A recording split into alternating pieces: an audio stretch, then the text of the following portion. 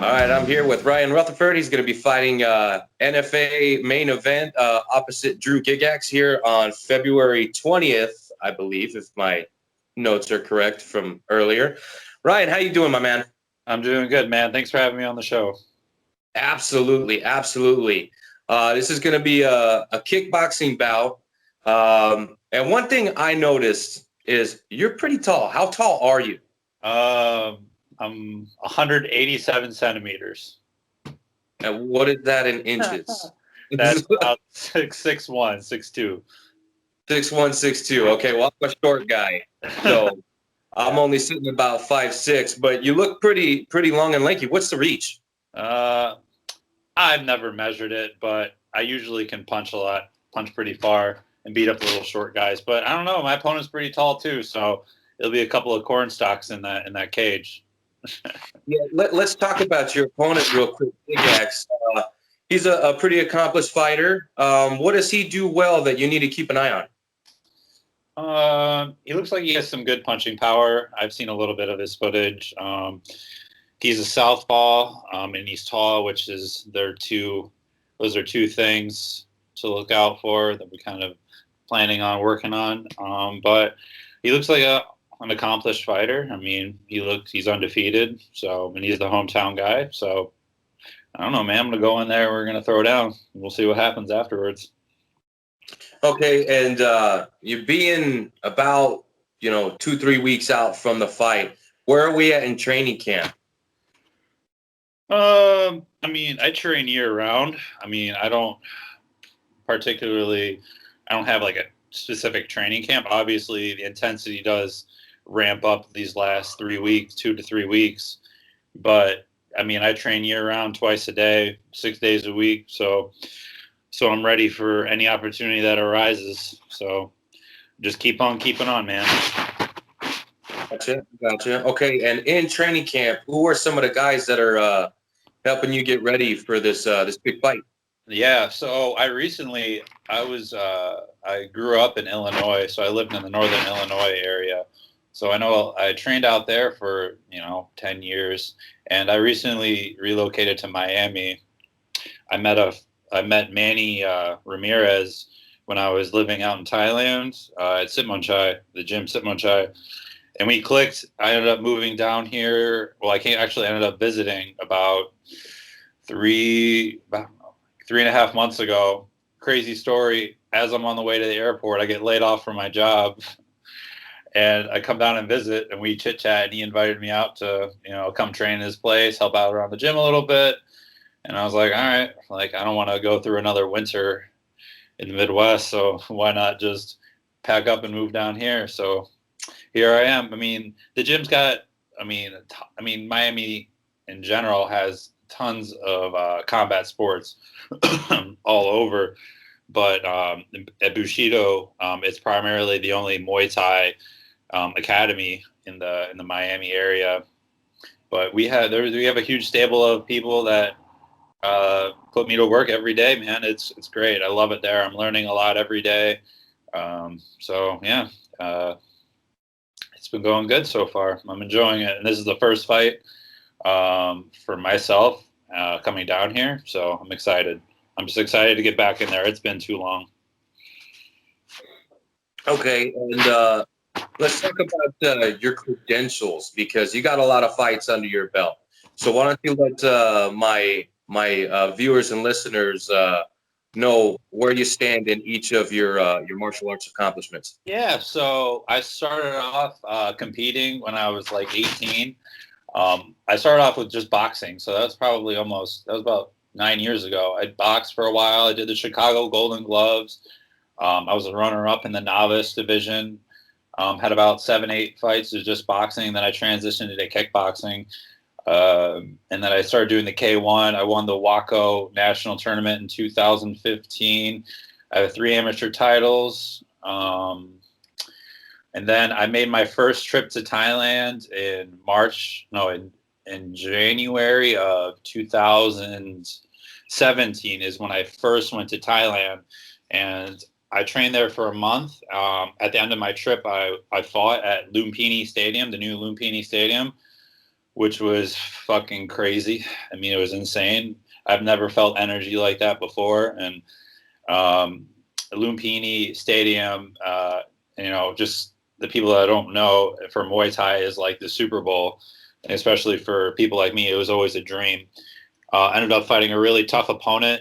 He was actually in the WBC a top 10 in Muay Thai. So, I mean, it was a tough fight. But after that, I knew I wanted to go back to Thailand and do a longer stay.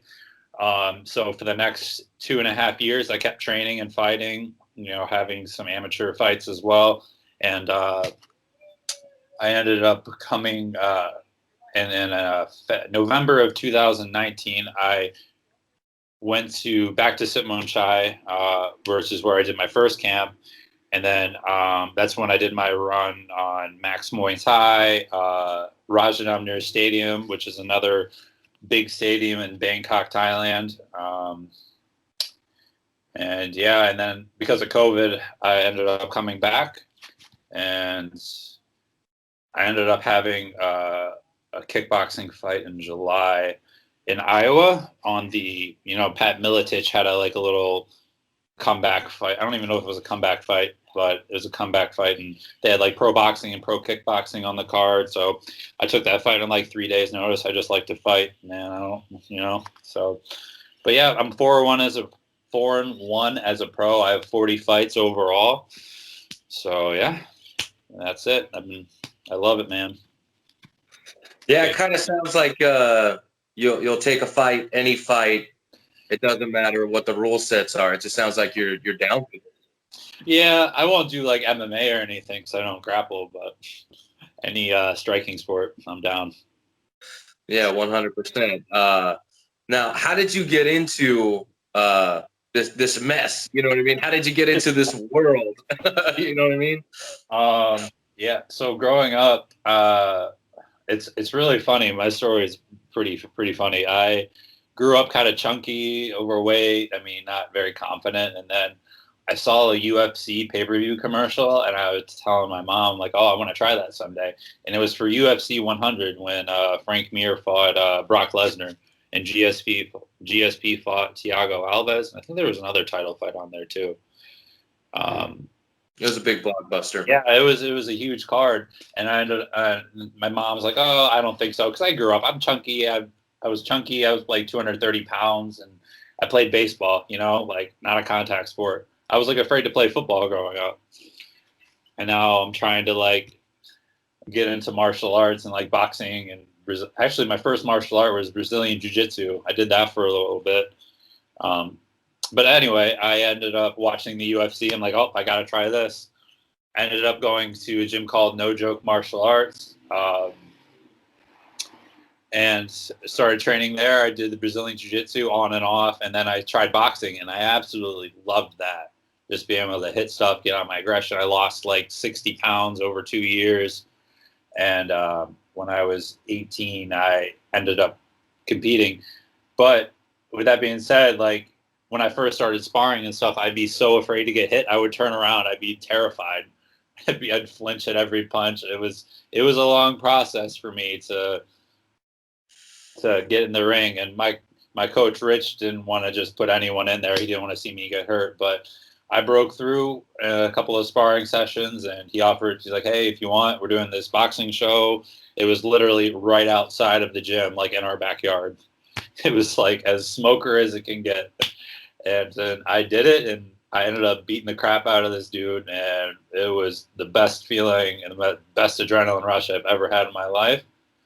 And I kept doing it after that, and then started for boxing to kickboxing to Muay Thai, and now back and forth between. I primarily just compete in kickboxing and Muay Thai now. I prefer full rules Muay Thai. That's my bread and butter. But yeah, that's my little story, I guess. Well, it's funny how you started in Brazilian Jiu-Jitsu, and then you did the boxing and the kickboxing and the Muay Thai. Yeah. Now, do you think, because my show is primarily MMA, do you think MMA is just completely out of the question, or? if I was to do it, I would need to like spend 2 years of just nothing but grappling. I do train grappling once in a while. I haven't really trained any grappling since I've been in Florida, but beforehand I would train grappling 2, 3 times a week. I mean, it sucks because I'm a fighter, and all these like average Joes are just beating the crap out of me, and I'm just like, man, this sucks. Like all these white belts are just tapping me out left and right. But it's fun. It's great to learn something new. And yeah, I mean, I would definitely consider MMA, but I would want to hone in on my grappling. Okay, now let's just put a scenario out there, right? Let's say a promotion comes to you like NFA, and the matchup is favorable, but it's MMA. Do you still take the fight? Ugh. I would do Muay Thai with MMA gloves, but I don't think I would do MMA. Okay. Okay, that is fair. That is fair. I just like, Okay. yeah, just can't go to the ground. And once we go to the ground, let's just stand up. Right, you get there's I forget where I saw it, but there was a promotion that was doing like limited grappling and limited clinch work. Like Oh, I you love the get, clinch. yeah, it was like you get like 30 seconds Mm. and then they stand you up. I forget, it was a while ago, but I remember seeing something out there like that. Yeah, I haven't seen that, but yeah, I'd be game for it. I mean, I kind of would want to put the little gloves on and see how I can do with those little gloves on because I know it's a lot different. It's a lot different. You got to change your defense, your tactics a little bit, but I feel like if I could hit someone with those little gloves, like it'd be money. Well, I know there's Muay Thai promotions out there that use MMA gloves. Yeah, I know. One that's the goal. One championship, they do Muay Thai with MMA gloves, but all those guys are scary. Right, right. Well, I think that scare is kind of what motivates you to get to that level. You know what I mean? Oh, 100%. Yeah, if I'm not nervous for a fight, something's wrong.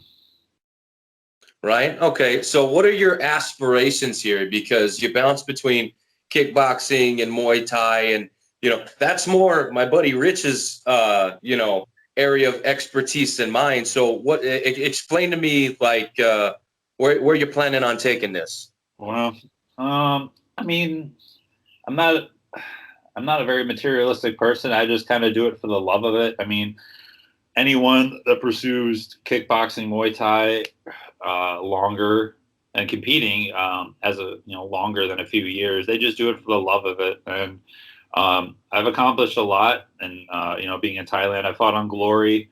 I've fought all over Thailand and some of the biggest promotions out there. And I don't have any aspiration. I just want to continue to challenge myself as an athlete and fight the best people available and see what I can do and see what I'm made of, see how far I can take it. I would love to get to the point where I'm fighting the people I looked up to, just a few years ago. So I want to get to that level. Okay. Take Well, it one fight at a time. that's all you can do, man. That's all you can do. So my next question was going to be outside of fighting. Do you work or do you work for a gym? Like, what do you do outside of Yeah. training and competing? Yeah, I have a double life. I work in a auto transportation. I'm a logistics account manager, so it's just an office job. I work 9 to 6. I mean, in the mornings, I either go hit a run or a training session, go to work, and then I hit another training session at night. Sometimes during my lunch break, I'll get some work in too. But yeah, I work a white collar office job. So, and then I take my shirt off and I have all these tattoos, and so, yeah, I live a little bit of a double life. Right on. Do any of the colleagues at the office, do they know that you train and compete? Yeah, well, yeah, they do, but they keep telling me that I do karate at night, which kind of makes me like want to headbutt them sometimes. But yeah, like, oh, you're going to do karate tonight? And I'm like, yeah, I'm not. Yeah, something like that. I can't really say much other than just laugh it off. But yeah, they know, and it's fun, man. I like the comparison you put out there that they just call it karate. See, because I'm a metalhead, and when people hear that, I play in a metal band, they're like, "Oh yeah, that screamo stuff. Yeah, yeah, you Exactly. Yeah. You know what I mean? So I totally get the comparison. Yeah, people are crazy, but oh well. All right, now I got a couple more questions that I want to ask you that are non-combat sports related. Oh, yeah. All right, so when you're listening to music, what kind of music do you listen to get you pumped up? Like maybe on a run in the gym, whatever. Man, it depends. I fluctuate. My genres of music fluctuate. Right now, I'm on a big '90s hip hop, uh, '90s hip hop cringe. Right now, I'm listening to a lot of Dr. Dre, Snoop Dogg, Outkast, and when I'm training, I listen to a lot of electronic music. I mean, living in Miami, there's a pretty big scene here, but I mean, I get made fun of a lot when I'm the DJ at the gym and I put on some electronic music. Um, but yeah, a lot of rock too. Yeah, but right now, a lot of '90s hip hop and rap. Okay, just something with a good thump to it. Oh, some with a good thump, and I can unleash my little inner gangster that I have in me that I hide. It's tough out here for us, man. You know what I mean? Here, man. Yeah, it's tough out here. 100%. All right, and then my favorite question. Okay, now this is we're not so close that well, is weight cutting an issue for you? Not really. I mean, I train year round. I mean, the most I've ever cut is like 10 pounds in a week. But no, I don't really cut a whole lot of weight. I do a lot of Thai style. I do a Thai style. I don't know how familiar you are with like Muay Thai. But Thai style is just relax, sabai, cut a little bit of weight. But yeah, I mean, I do have to cut weight, but it's not like a huge issue, you know? Okay, so it's not like the MMA guy. It's not like I need 3 months to get to, like, our fight's at 170 pounds. I don't need 3 months to get to 170 pounds. I maybe need like 2 weeks, 2 weeks of dieting, water load, a little more cardio, and then I'm there. Okay. Well, because that, helps with this question. Since the weight cut isn't so difficult, we can talk about some food, right? Oh my God, yeah. I'm a big fat ass, 100%. I should be at least, 3 times my own width right now, but I'm not. So my question for you is, after you get the W against Drew Gigax on the 20th, what is going to be victory meal? Victory meal? Man, we're in St. Louis, so I'm going to have to get some of that St. Louis barbecue. So you got a spot picked out? You no, do some I scouting? don't. No. Me and my coach, we were talking, and we're like, we need to find somewhere. We don't know where we're gonna go yet, but definitely gonna get some barbecue. Man, I love a good brisket. That's my favorite thing. Pork or something, man. But yeah, I just had pulled pork right now. Yeah, it's gonna be beer and brisket, man. That's my thing. That sounds dope. What's for dessert? What's for dessert? Oh, anything like probably anything with chocolate, like a brownie, a little scoop of ice cream on top. That would be home. I'm a bit of a sweets person too, so yeah. Okay, so what are the big brands? There's like Little Debbie's or Hostess. Are you a Little Debbie or a Hostess person? Ben and Jerry's all day. Okay, so it's just ice cream. Ice cream, man. I love ice cream. All right, what's your favorite flavor? Oh man, half baked, definitely, or cookies and cream. What is half baked? It's just this special little pint of Ben and Jerry's. It's got little chunks of cookie dough, chocolate, and if you're ever feeling like indulging yourself, go to the grocery store and get yourself a pint of half baked. I am going to do that. I enjoy ice cream. Yeah. As much as the other two of me would. My body had its way, but see, for me, I'm pretty simple when it comes to ice cream. There's just vanilla, but there's that that French vanilla or some other type of vanilla bean, maybe is what it is. Yeah, That yeah. one right there, that one right there for me. Just a little simple. It's a little bit sweeter than regular vanilla. That's right. So I don't look like a total fucking casual when it comes to ice cream. You know, it's vanilla bean, not just vanilla. Okay, get out of here with that shit. Yeah, definitely. So that's good for me. All right. But really, I mean, I'm really looking forward to this fight. Like I said, I think Gigax and you are gonna put on a hell of a show. Yeah. You know, he's a string bean himself. You know what I mean? Yeah, a couple of corn stalks, bro. Yeah.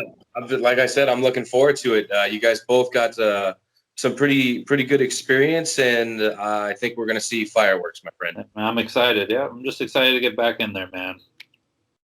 Well, I'm sure with you know, the COVID, it hit this community in general, combat sports. It hit it very, very, very hard.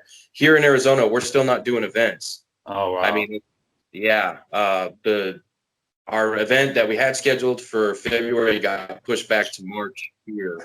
So, like I said, it's been very tough. You know, everybody's been having to look outside for fights. So, Right. Yeah. Everyone's got to travel. Well, in Florida, I mean, they just they don't give two fucks pretty much about anything here. So, I mean, everything's pretty much like COVID doesn't really come up. So everything seems pretty normal here.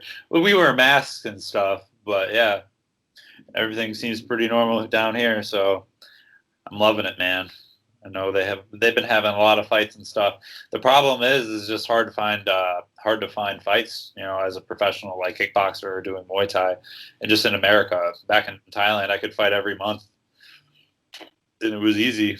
I racked up like 5 fights in 5 months there, you know, fighting every month. And here it's a little bit tricky.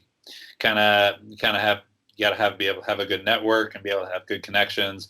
Goal of mine is to get on a line fight. That's my next big mission. And then after that, I want to get on one championship. That's definitely an aspiration of mine. well, and they're making their way to US TV. You know what I mean? They're on TNT. I think their next show is going to be on TNT, which is so cool. 100%, 100%. Well, my friend, I hope you do get to these goals.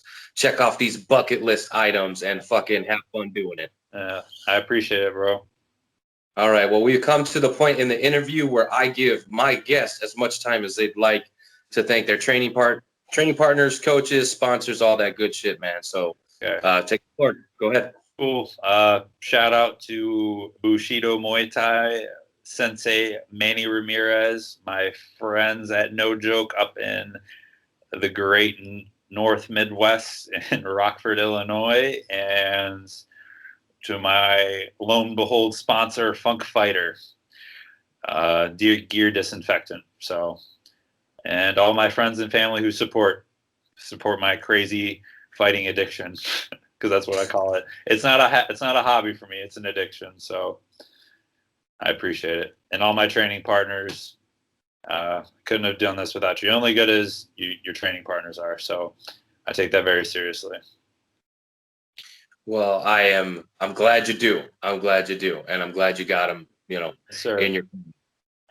Well, again, thank you very much for giving me some time out of your day. I'll get this thing uploaded here within the next couple days, and I look forward to watching you compete against Drew Gigax for the NFA headliner. I forget what the number is. Okay, so that's my bad, but it'll be on the little clip art. So again, thank you very much, Mr. Rutherford. Good luck and safe travels, my friend. Yes, sir. Take it easy. I'll see you in St. Louis.